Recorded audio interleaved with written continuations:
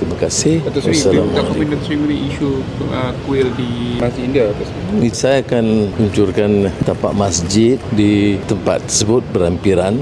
Kita telah berunding dengan kuasa. Tanah itu tanah swasta, bukan tanah kerajaan.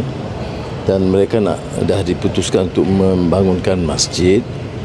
Jadi kuil yang lama pun ada yang kata 100 tahun mungkin, tetapi dipindah di situ pada tahun 2012.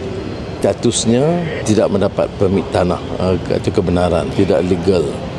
Tetapi oleh kerana pertimbangan supaya hubungan kita itu harmoni, pihak syarikat setuju untuk menyalurkan sedikit bantuan dan pihak bandaraya telah mencari tapak tanah ganti supaya tidak menjadi masalah dan dibereskan dengan baik.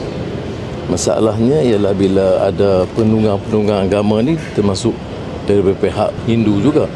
Umpamanya ada peguam-peguam tak pernah terlibat dalam kegiatan agama Hindu pun terus jadi jago dan buat kenyataan melulu umpamanya nak merobohkan. Saya tidak boleh bayangkan saya sebagai Perdana Menteri mau merobohkan mana-mana kuil ataupun kegiatan agama orang lain. Itu tidak bangkit sama sekali.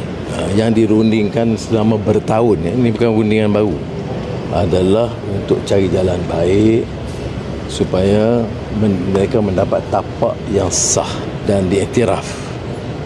Itu keadaan dia dan mudah-mudahan diselesaikan dengan baik dan saya harap tidak perlu ada respon yang kurang wajar termasuk daripada kalangan masyarakat Islam kerana kita tangani dengan baik. Masjid akan terus dibina, tempat kuil akan disediakan dan kalau mereka perlukan bantuan, syarikat telah memberi perlakuan untuk membantu. Tanah itu bukan tanah kerajaan, walaupun asalnya tanah Dewan Bandaraya, tapi itu tidak bermakna tanah kerajaan boleh digunakan tanpa kelulusan.